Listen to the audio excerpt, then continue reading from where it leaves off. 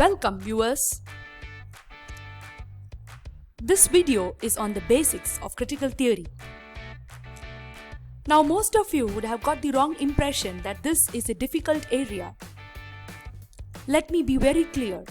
There is nothing difficult or nothing insanely tough about this. First, understand one thing. This is not a single subject. Critical theory is an area where ideas from different subjects pool in together. We have theories from linguistics, from anthropology, from mathematics, economics, psychology. So many disciplines, you name it, critical theory has it. And that is why it demands a lot of expertise on the side of the reader. But once you have got certain basics down, it's really simple.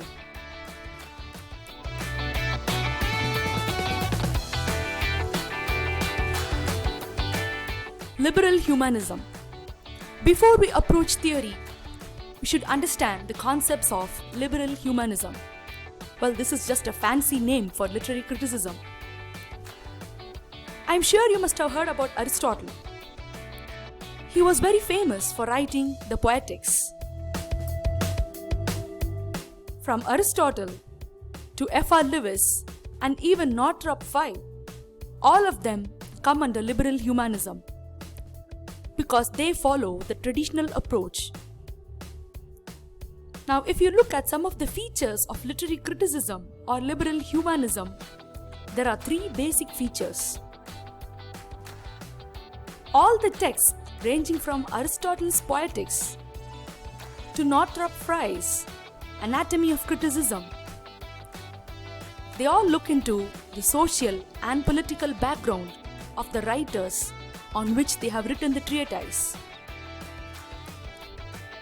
If you take Poetics, for example, Aristotle mentions a lot of Greek drama, tragedy, epics that we are not familiar today. But of course, Aristotle had watched all these either performed or he had read the epics. He mentions several tales of Agamemnon sacrificing his daughter Iphigenia. We may be common with the Iliad, but we do not know anything about Iphigenia. That was the social background of Aristotle. That was also the political experience of Aristotle because he was used to watching plays staged before political discussions. If you take T.S. Eliot's The Metaphysical Poets, that came from his experience of reading metaphysical poetry and his personal defense of poetry.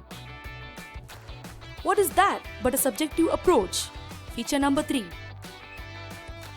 Going back to feature number 2, literary, historical and biographical influences. If you look at Dr. Samuel Johnson, yes, the man who wrote the dictionary, he was called as the biographical critic because he wrote lives of the English poets, a famous compilation of many poets and their contribution to English literature. Historical approaches are also common. For example, Philip Sidney's An Apology for Poetry mentions several historical approaches.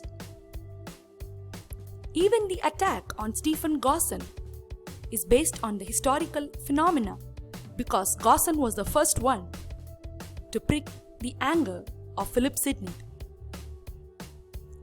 Literary approaches under liberal humanism are all liberal and giving importance to the human element, hence the name liberal humanism. When did theory step in? The change begins with I.A. Richards. I.A. Richards was a professor at Cambridge University.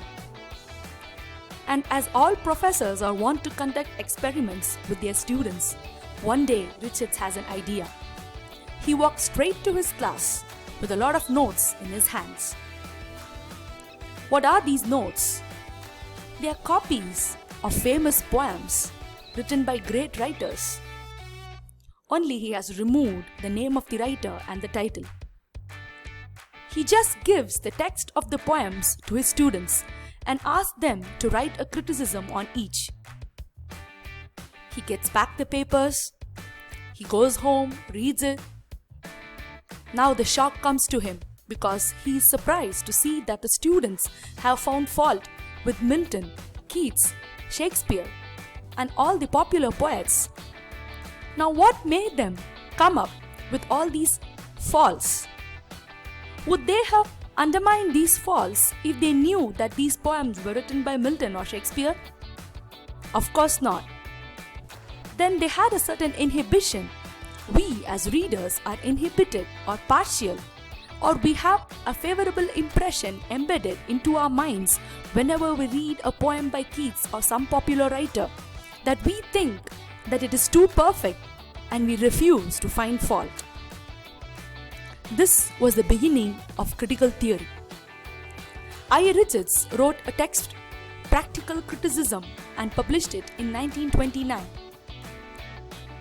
This text can be seen as the birth of the theoretical text and the approach that is known as objective. Because Richards requests critics and readers to look at literature as a piece of art and nothing more. He asks us not to connect the writing to the writer or the historical background when the writer was alive or any of the social or political experiences of the writer. All texts are autonomous, they can stand on their own, and that is what is important. So do not look at Keats' poems and think that they are melancholic because he was about to die. Look at the poems themselves and see what else can you find out from the writings of Keats. What else? What else?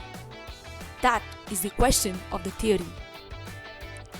The student of I. Richards, William Empson, comes up with 7 types of ambiguity published in 1930. And this was the final evolution of theory. No one wrote criticism after this. Because 7 types of ambiguity marks the 7 types of fears and inhibition, partiality, bias, and the subjective approach that we normally have towards texts of literature. So what must we do as readers whenever we take up a text? Even if you do not know any theory, you can appreciate a work of art. But if you do know theory, these can help you question so many things based on language, psychology, based on syntax, lexis, based on deconstruction, materialism, and so much more. So why do we have to study theory in the first place? Theory helps us read in between the lines. Theory helps us unravel the text. Theory helps us to open the doors of our imagination. And that is the purpose of theory. Thank you for watching video number 1. Let us continue with the remaining parts of theory. If you like my videos, hit on the subscribe. So, what do you think about critical theory? Let me know in the comments.